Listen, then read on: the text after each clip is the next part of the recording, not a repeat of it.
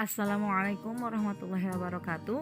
Bertemu kembali bersama Ibu dalam pembelajaran kimia pada materi konsep mol. Bagaimana kabar kalian hari ini? Semoga kalian dalam keadaan sehat walafiat dan tetap semangat untuk belajar ya.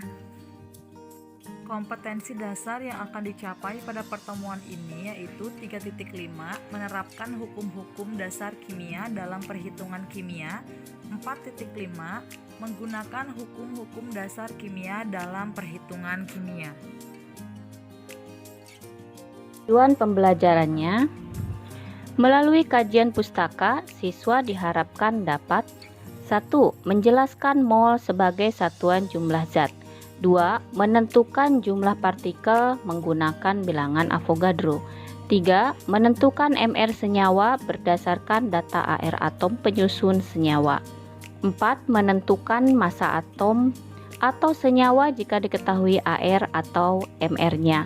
5. Menentukan hubungan antara mol, jumlah partikel, massa molar, dan jumlah volume molar gas.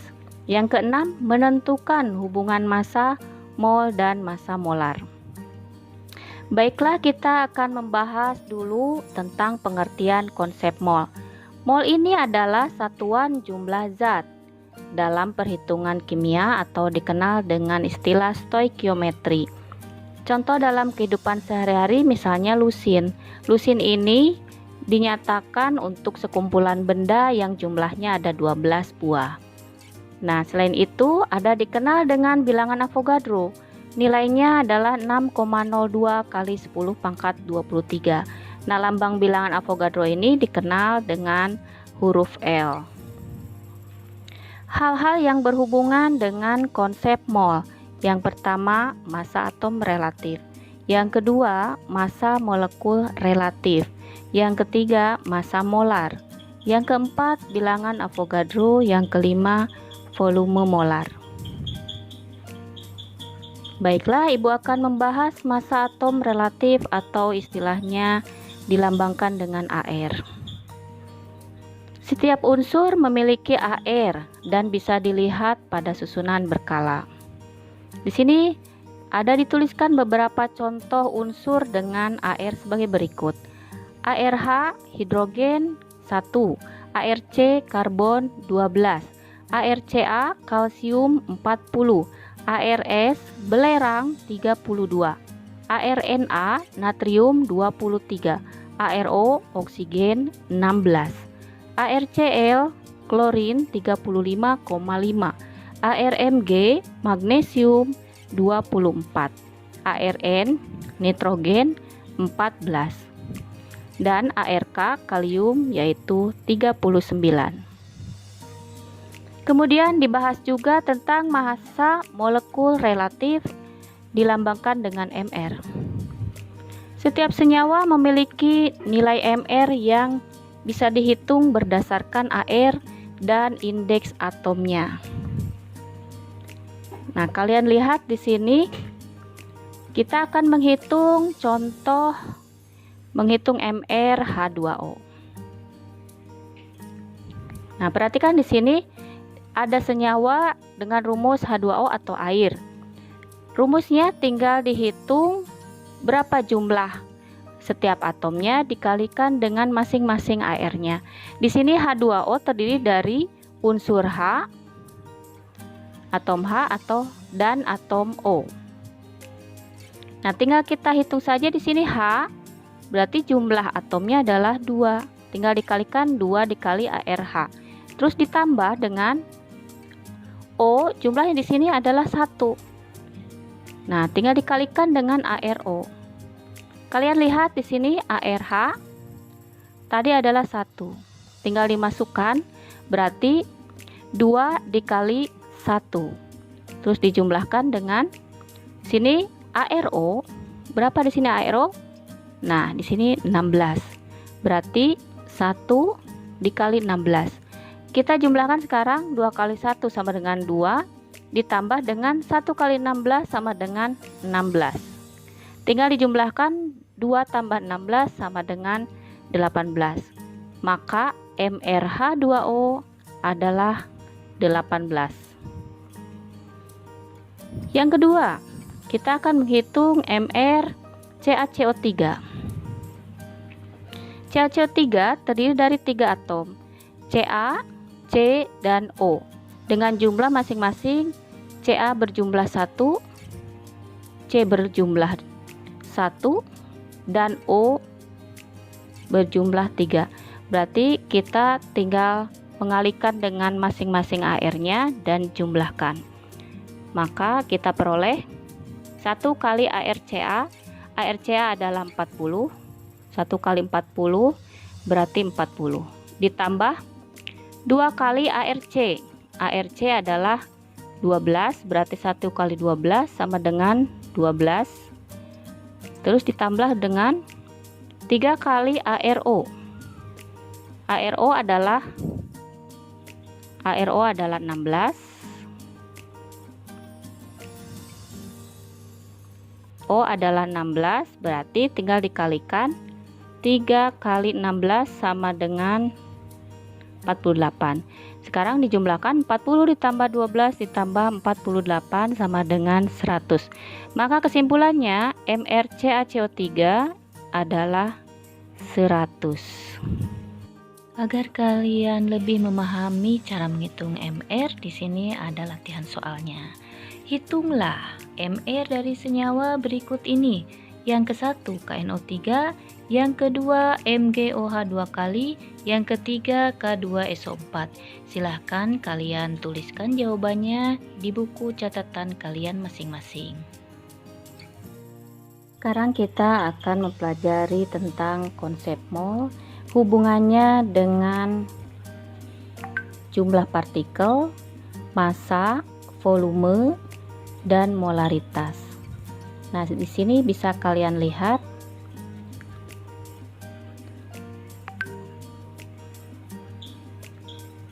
jika kita bahas hubungan mol dengan jumlah partikel. Kalau kita akan menentukan jumlah partikel, kita bisa menghitung dengan cara mengalihkan antara mol dengan bilangan Avogadro. Nah, di sini bilangan Avogadro sebesar 6 kali 0,2 kali 10 pangkat 23.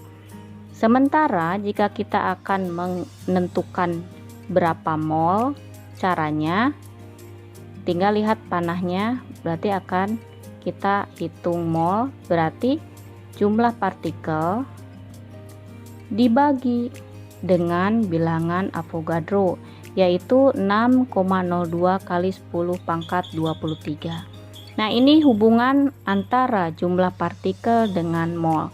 Yang kedua, kita bahas hubungan mol dengan massa. Nah, seperti tadi kita lihat arah panahnya. Arah panah ke massa berarti akan menentukan massa.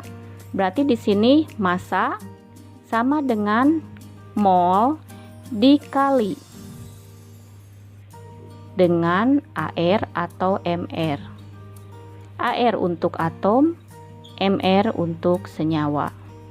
Nah, untuk arah panah yang ke arah mol, berarti jika kita akan menentukan mol, caranya mol sama dengan massa dibagi dengan AR atau MR-nya. AR untuk atom, sementara MR untuk senyawa. Nah, yang ketiga di sini hubungan antara mol dengan volume pada keadaan suhu dan tekanan standar. Nah, di sini jika akan menghitung volume, arah panahnya ke arah volume, berarti caranya mol dikalikan dengan volume molar. Nah, ini adalah volume molar sebesar 22,4. Dan arah panah yang ke arah mol berarti kita akan mencari mol. Caranya volume dibagi dengan volume molar, yaitu 22,4.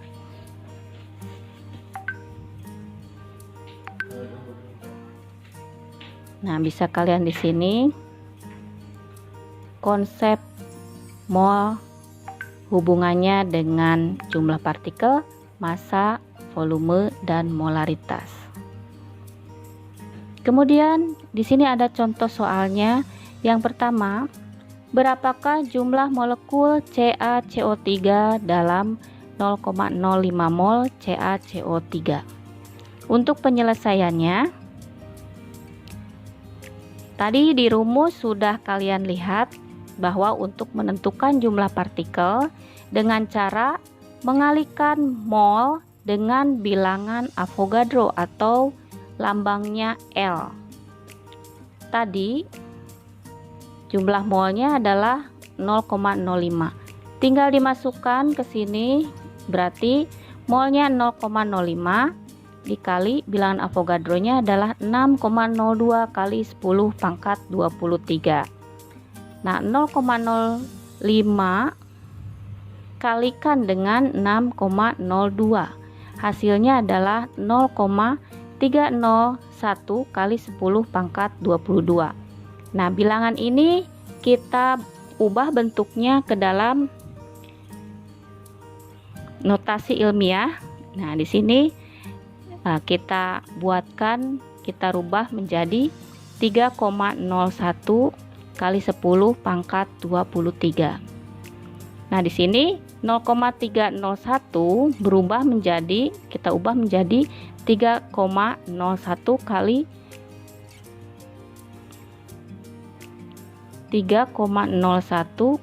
10 pangkat min 1 dikalikan dengan yang 10 kali pangkat 23.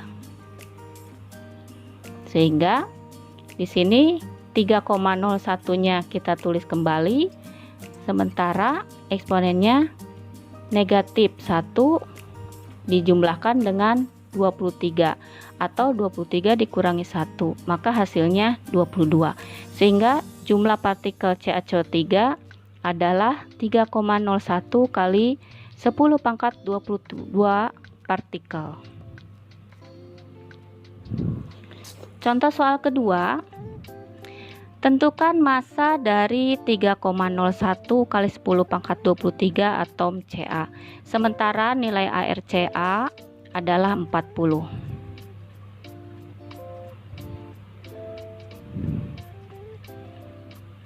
Untuk menentukan massa, di sini yang diketahui terlebih dahulu adalah jumlah partikelnya.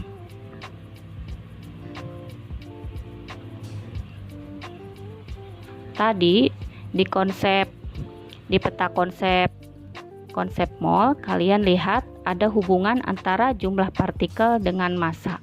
Berarti untuk menentukan massa, kita harus hitung dulu dari jumlah partikel, ubah dulu ke dalam mol. Setelah diubah ke dalam mol, baru ke jumlah massanya. Maka sekarang kita tentukan dulu jumlah molnya. Cara menghitung mol di sini tinggal menghitung jumlah partikel dibagi dengan bilangan Avogadro. Nah, di sini jumlah partikelnya adalah 3,01 kali 10 pangkat 23. Masukkan ke sini. Kemudian dibagi L. L adalah bilangan Avogadro. Seperti yang sudah dituliskan, kalian sudah diberitahu bahwa bilangan Avogadronya adalah 6,02 kali 10 pangkat 23. Nah, di sini ditulisnya di atas. Ini juga di atas ya. Maka hasilnya 3,01 dibagi 6,02, atau ini nilainya adalah 0,5 atau setengah. Sementara ini bisa kita hitung hasil akhirnya adalah 1. Berarti mol Ca adalah 0,5 mol. Berikutnya, massa Ca tinggal kita masukkan rumusnya mol dikali ArCa. Jumlah molnya adalah yang tadi 0,5. AR-nya adalah 40. Maka 0,5 dikali 40. 0,5 itu sama dengan setengah. Berarti setengah dikali 40 yaitu 20. Kesimpulannya di sini berarti massa Ca atau kalsium diperoleh bilangan sebesar 20 gram. Contoh soal yang ketiga.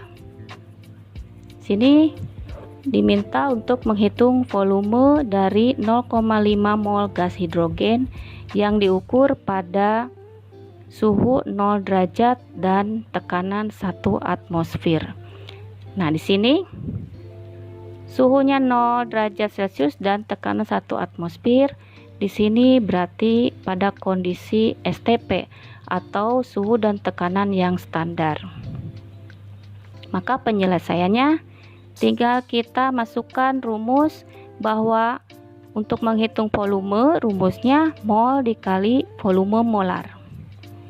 Volume molarnya diketahui 22,4.